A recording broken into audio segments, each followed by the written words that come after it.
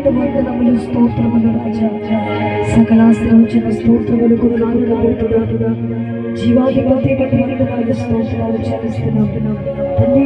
రాత్రి సమయంలో ఈ క్రిస్మస్ కార్యక్రమాన్ని ప్రారంభించేంత వరకు మీరు జరిగించడం పాడిన పాటల ద్వారమైన పరచబడ్డారు, స్తుతి ఆరాధన ద్వారమైన పరచబడ్డారు తండ్రి. సేవకులు వరకు బహుబలంగా ఆడుకున్నారు.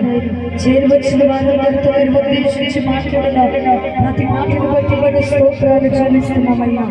వెలుగైన దేవానికి స్తోత్రాలయ్యా, ప్రకాశించుచున్న దేవానికి స్తోత్రాలయ్యా, మండుచు ప్రకాశిస్తున్న దీపమయున్న దేవానికి స్తోత్రాలయ్యా.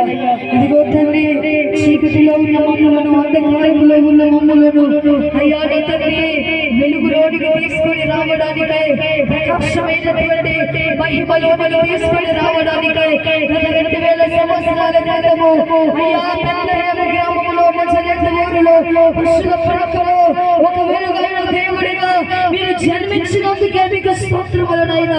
మీ జన్మనే ప్రతి మానవాళికి వెలుగును కలుగ చేసింది నాయనా. మీ జన్మ ప్రతి మానవాళికి మహిమను ధరింపచేసింది నాయనా. మీ జన్మ ప్రతి మానవాళిని అయ్యా పాపములో నుంచి విడిపించి నాయనా, శాపములో నుంచి విడిపించి, చీకటిలో నుంచి విడిపించి, అంధకారములో నుంచి విడిపించి ఒక వెలుగు మయముగా మీ జన్మ చేసినదని తండ్రి.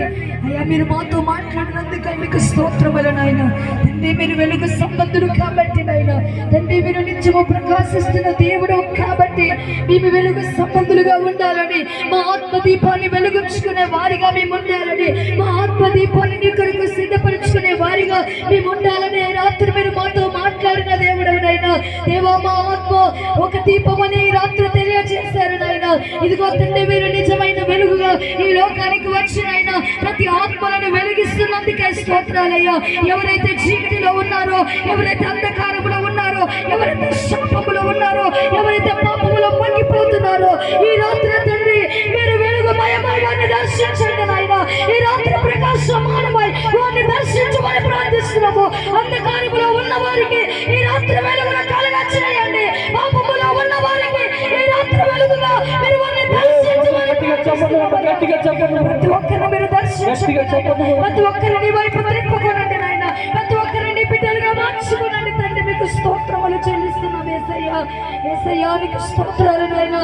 అయ్యా దావీదుకు చీకటిని వెలుగుగా చేసిన దేవుడు, దావీదు దీపముని వెలిగించిన దేవుడు, అయ్యా మరణ ఛాయలో ఉన్న వారిని, అయ్యా అంధకారములో ఉన్న వారికి అరుణోదయ దర్శనముని మీరు అనుగ్రహించి వెలుగుతో మీరు దిగి వచ్చిన దేవుడు తండ్రి. మీకు స్తోత్రాలు. ప్రతి ఒక్కరిని మీరు వెలిగించండి. మమ్మల్ని వెలుగు సంతులుగా చేయండి. మీ అనేకులను వెలిగించే కృప మాకందరికి మీరు దయచేసి మహిమ పొందమని ప్రార్థిస్తున్నాము. మితమైన ప్రతి వాక్కుల ప్రతి వారి హృదయాల్లో మీరే నూరంతలుగా, అరవదంతలుగా, ముప్పదంతలుగా ఫలింపచేసి మీరు అక్కడకు రాజ్యాన్ని మమ్మల్ని అందరినీ సిద్ధపరచమని త్వరగా వచ్చుచున్న వారిలో ఉన్న యేసుక్రీస్తు వారి నామములో ప్రార్థించే స్తుతించి అడిగి వేడుకొనుచున్నాము పరమ తండ్రి. ఆమేన్.